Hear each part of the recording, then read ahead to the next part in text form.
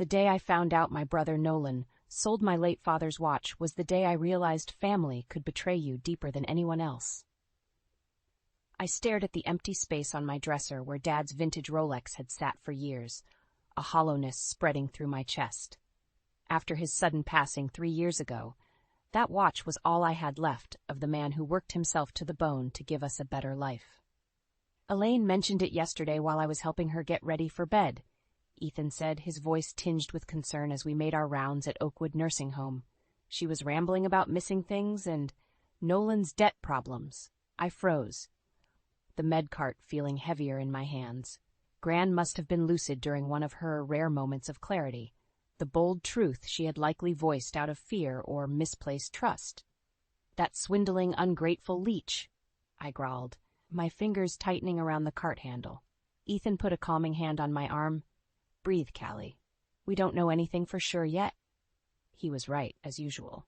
I forced air into my lungs, fuming at Nolan's latest depths, while reminding myself never to underestimate my grandmother's mind, despite her frailty. After our shift ended, I drove straight to the small home Gran and I shared, praying her thoughts were just confused ramblings. But when I opened her bedroom door, the empty space on her dresser where Dad's watch had sat firmly cemented my fears. Gran? I said softly, taking a seat by her bed. Her eyes fluttered open, clouded by age and memory loss. Where is my son's watch? She asked, her voice a heartbroken whisper. White-hot anger blazed through me. Nolan took it, didn't he? He had been stopping by more frequently, no doubt preying on Gran's fading lucidity. She nodded, fresh tears sliding down her papery cheeks. I thought he just wanted to wind it, but he never brought it back. The hurt in her eyes pierced me deeper than any knife could. Nolan's selfish greed had finally hit unforgivable depths by robbing his own grandmother, my dearest Gran, who had lost so much already. I pulled her bony hand into mine, using my other to wipe away her tears. It's okay, I'm here. We'll get it back. How, I didn't know, but I would move heaven and earth to make this right. Dad's watch wasn't about money, it was about preserving the few beautiful fragments we had left of him. Over the years, Nolan's chronic underachievement, debts, and swindling behavior had slowly alienated him from our fragmented family. But this was unforgivable. As the rage coursed through me, a seething promise burned in my heart. One way or another, I would make him pay for what he had taken from us. Nobody threatened what little family I had left without severe consequences. Not even my own brother. I should have seen the signs earlier, the little clues that exposed Nolan's latest betrayal. Like the new car he had no business buying or the designer clothes he suddenly started wearing. Overcompensating for his crumbling ego, no doubt. When he strolled into Gran's kitchen the next morning, reeking of expensive cologne, the anger came rushing back full force. Looking sharp, bro, I said through gritted teeth as he poured himself a coffee. Spend any of Gran's money on that new get-up? Nolan barely looked up, smirking into his mug. Don't know what you're talking about. Playing dumb doesn't suit you. I know what you did with Dad's watch. I slammed my hand down on the table, making his coffee slosh over the rim. And if you think for 1 second you're going to keep robbing Gran blind, you've got another thing coming. His eyes finally met mine, dark pits of selfishness and greed. That decrepit old woman doesn't even know what day it is. She has no idea what she signed over to me. My fists clenched, nails digging into my palms. What did you do? Let's just say Elaine's ample nest egg is about to become my ample nest egg. I fought back the urge to lunge across the table at him, knowing he'd relish the violence. Why should I be surprised? I spat out. The words integrity and honor have never been in your vocabulary. Don't give me that self-righteous bull, Callie. You may have been Mom and Dad's perfect little angel, but I always saw you for what you really were. A green-eyed teacher's pet, jealous of my talents. A mirthless laugh burst from my lips.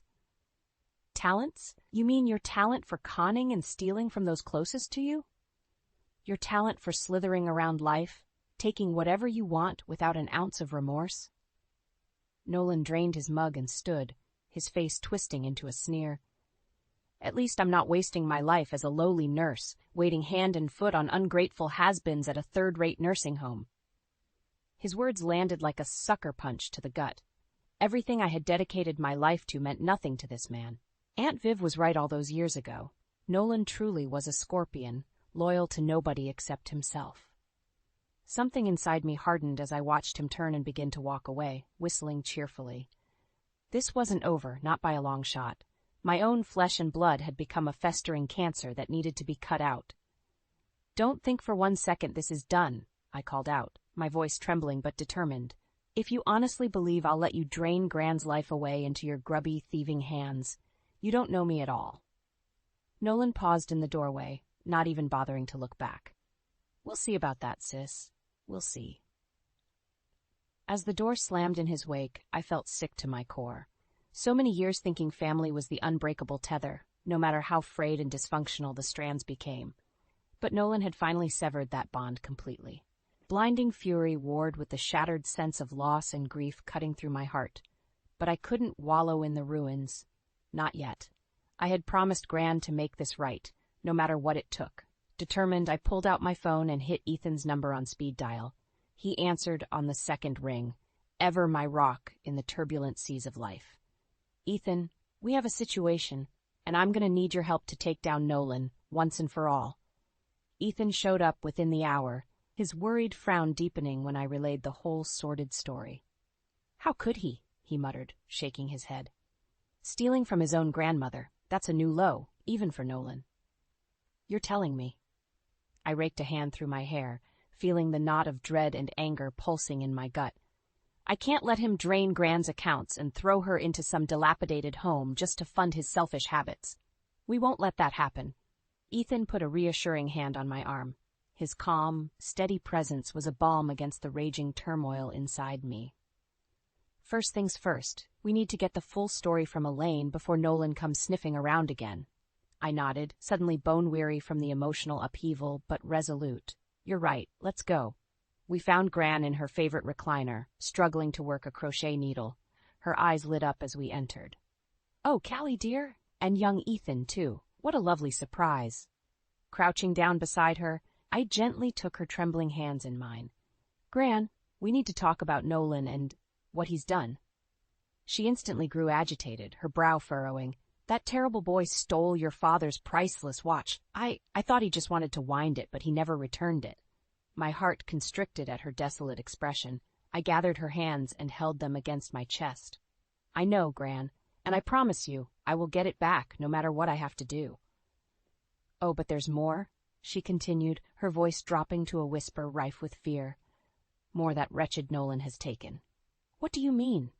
Ethan asked, his body tensing beside me. Gran's haunted gaze bounced between us. He said there were forms to sign.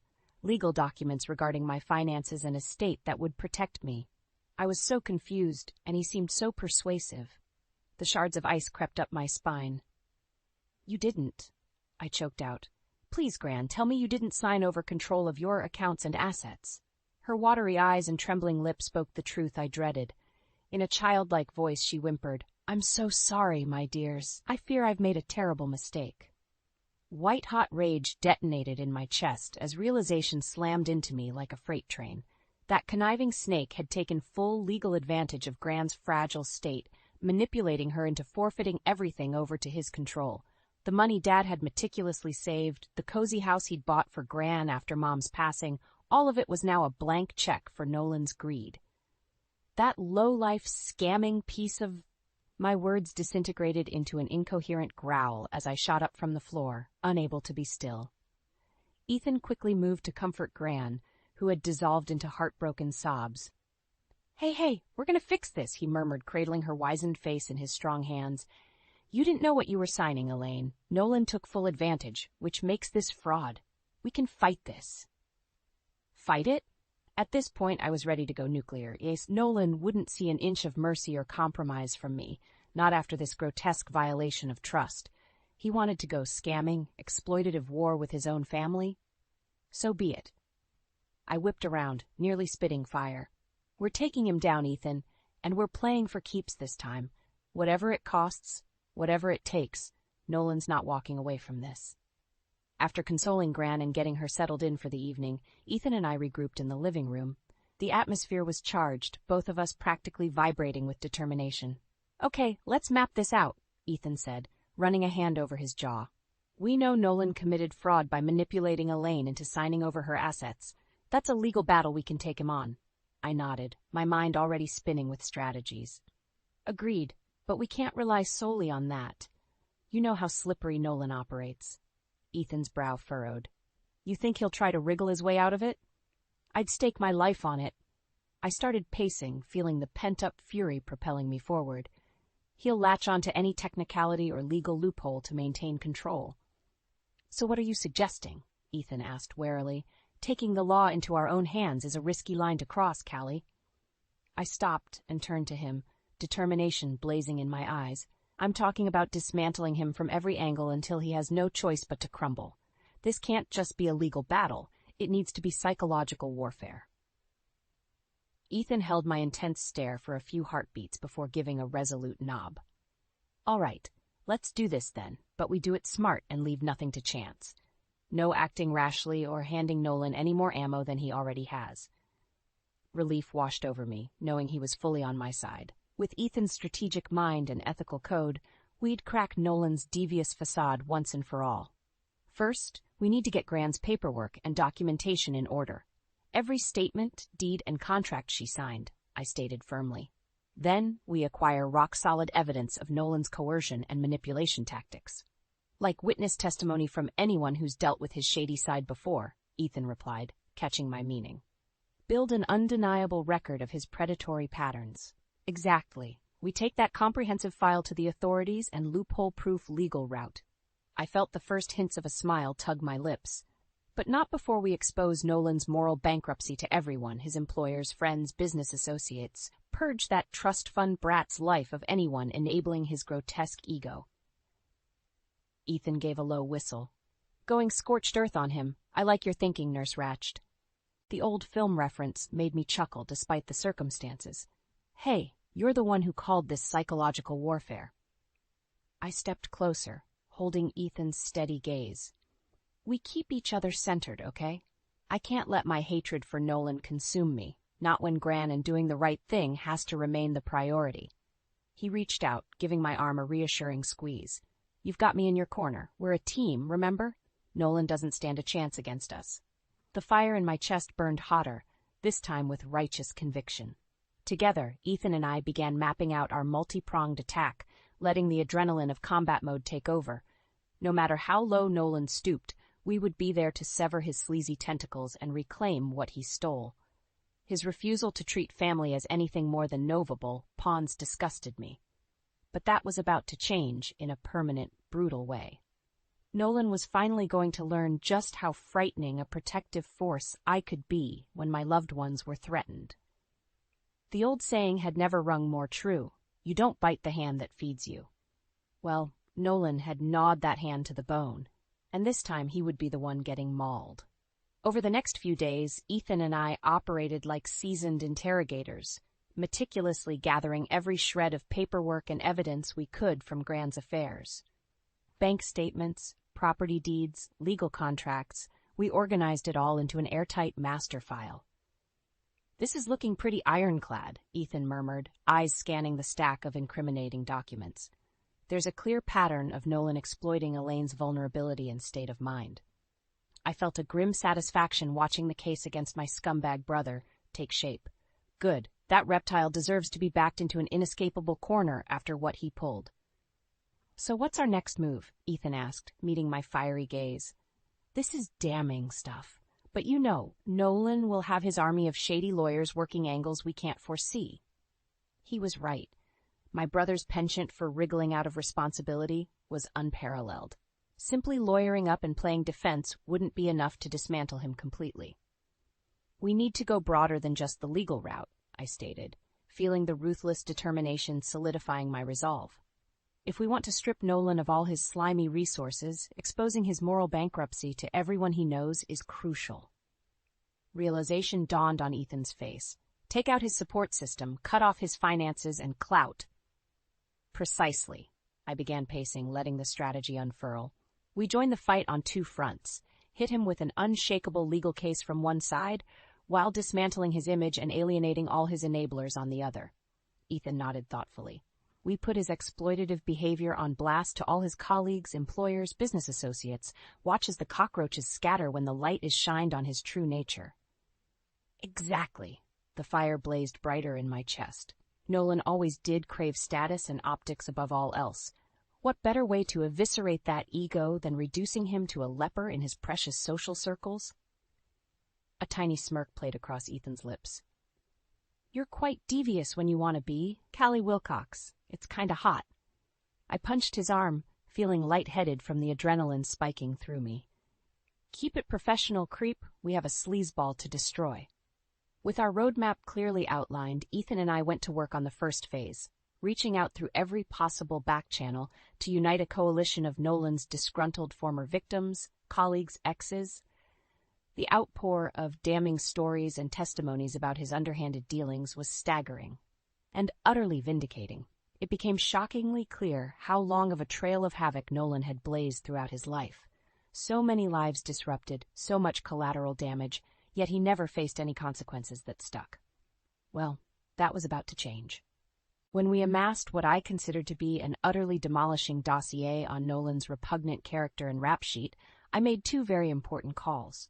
One to the district attorney's office regarding our legal case against him, and the other to the human resources director at Nolan's Tony investment firm in downtown Chicago.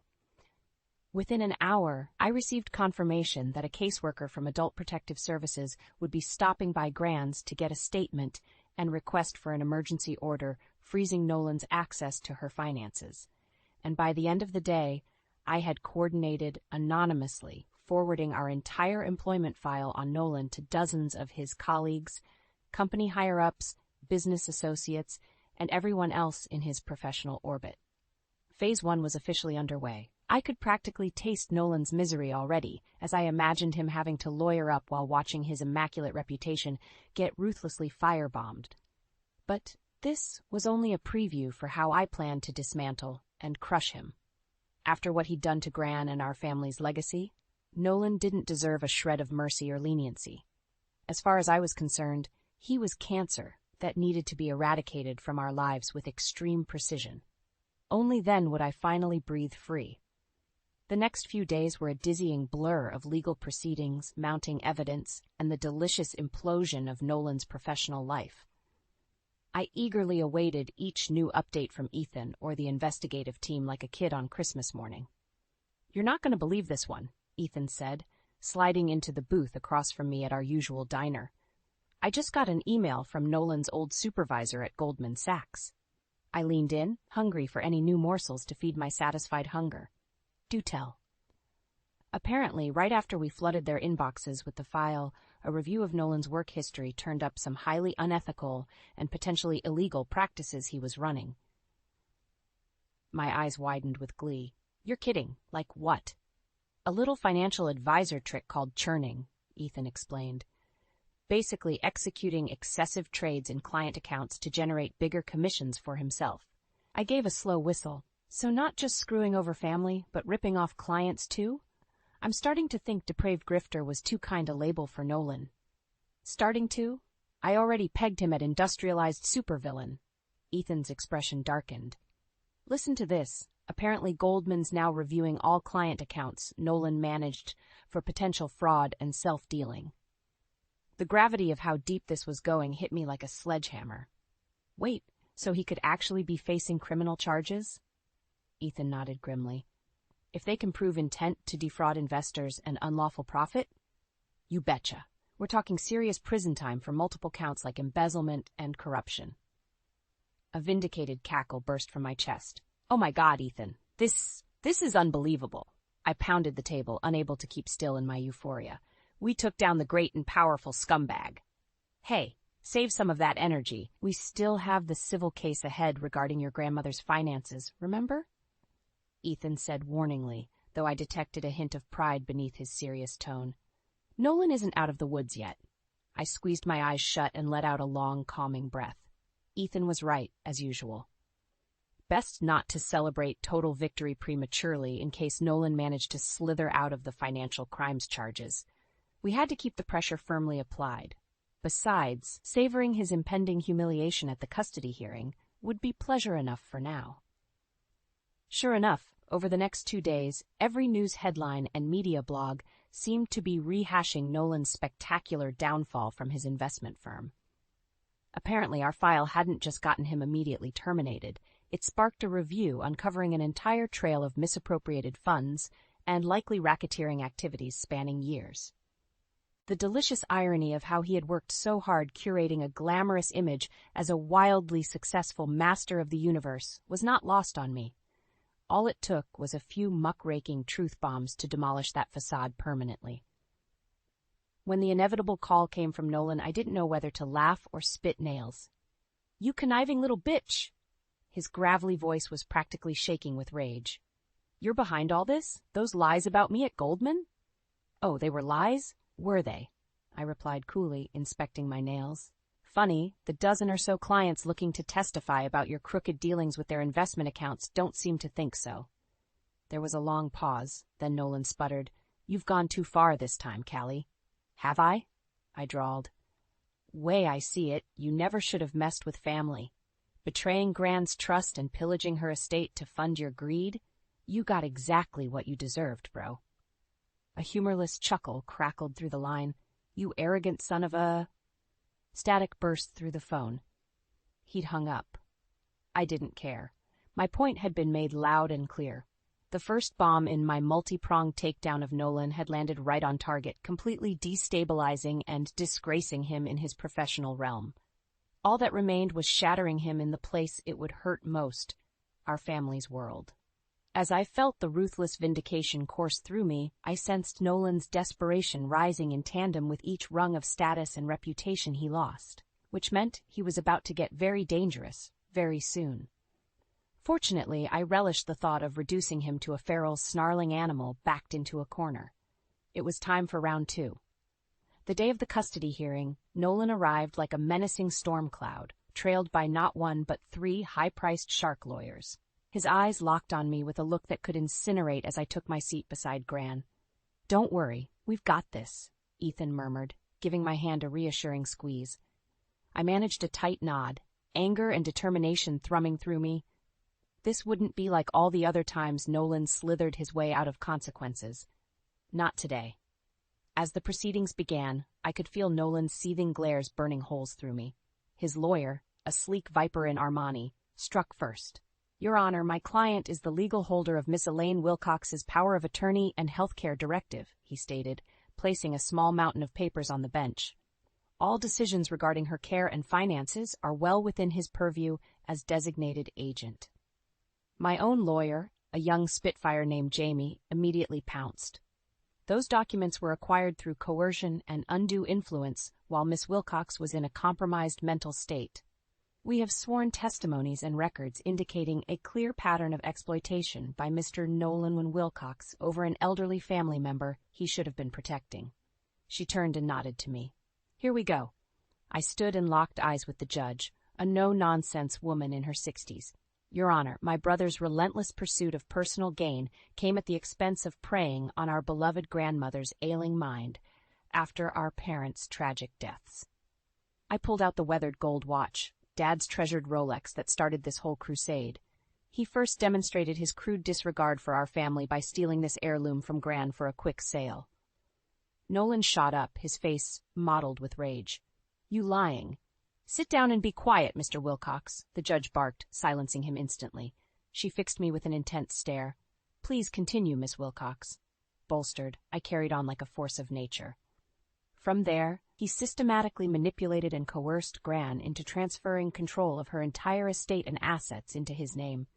I locked scorching eyes with Nolan as I spoke the next words with relish, all to indulge his excessive spending habits and feed his addiction to living well beyond his means, by any corrupt means necessary.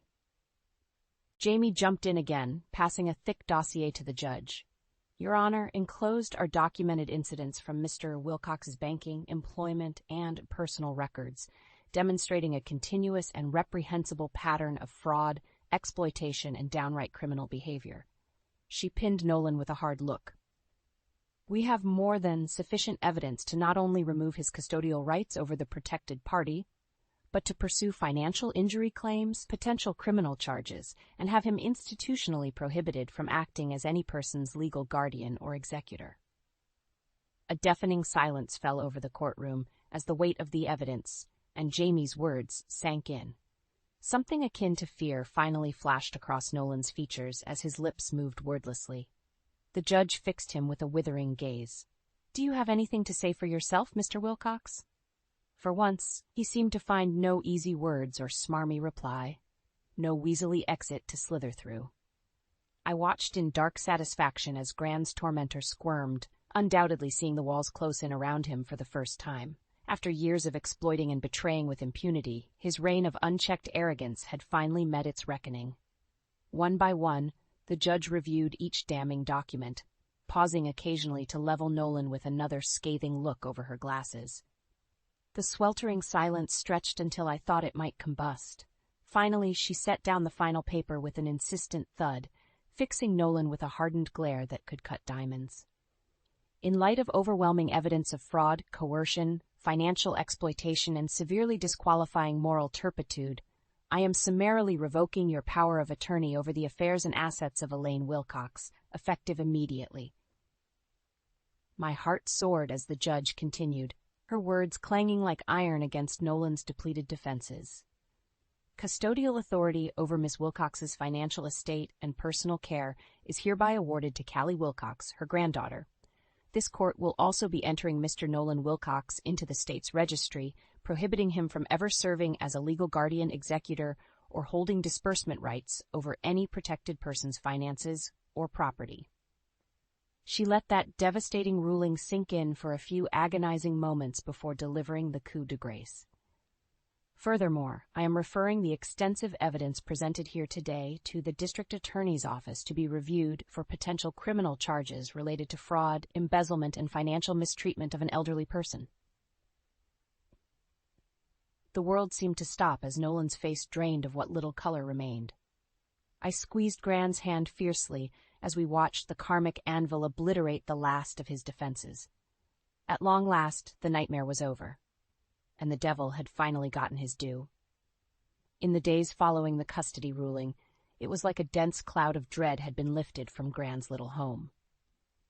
As I moved her belongings and oversaw her transfer to Oakwood, under my sole authority now, there was a long-absent sense of lightness in the air. "I can't tell you how good it feels to have that cancerous influence finally excised," Gran said warmly, as I fluffed her pillows in the lovely private suite I had secured. "Nolan always did live a life of karmic debt. I suppose it finally came due."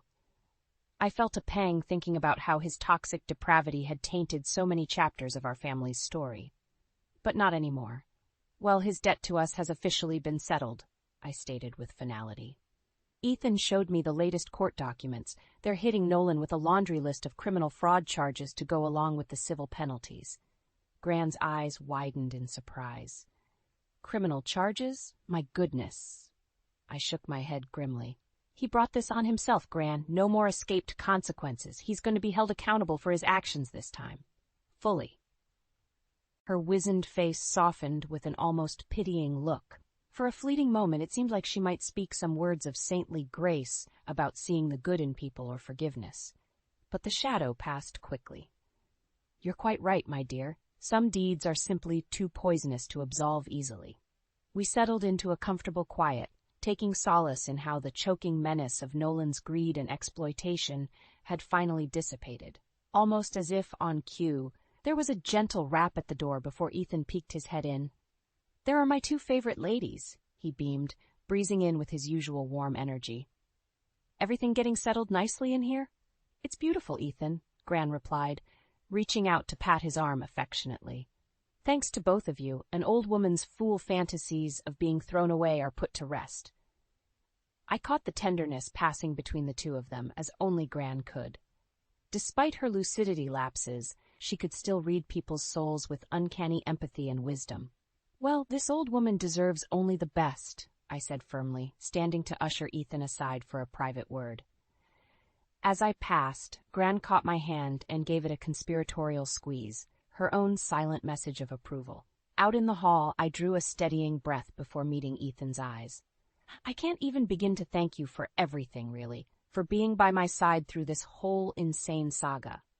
He cut me off by cupping my face in his strong hands, his touch sending an electric current through me. You don't need to thank me, Callie. Being your partner in that war zone was the easiest decision I've ever made. The devotion in his eyes ignited fireworks in my chest. We had been tiptoeing around the depth of our connection for so long, the unspoken bond growing stronger, even as we pretended it was simply best friendship. But nothing felt unspoken now. Not after the trial by fire we had endured together against Nolan's toxicity. In this moment, I was acutely aware of how everything had changed between us in the most visceral yet exquisite way. I slid my palms up the crisp cotton of Ethan's shirt, closing the last few inches between us. You were the only light in that darkness for me, I murmured, searching his soulful eyes. I couldn't have survived it alone. His hand slipped lower, settling on the curve of my waist as he drew me flush against him. The simmering promise in his touch made me shiver. Then I guess we're in this together from here on out, he replied in a low rumble. If you'll have me, that is. I melted into his embrace, bringing our lips infinitesimally closer as a radiant smile broke across my face. No other way I'd have it. As our mouths finally fused in a searing, passionate exchange, I felt the last vestiges of Nolan's toxic stranglehold evaporate. In its place blossomed new life, new light, new love, the brilliant possibilities extending into our future. All the turmoil and angst had been faced and conquered. Out of the ashes rose the indomitable hope of new beginnings, and a family's legacy finally restored.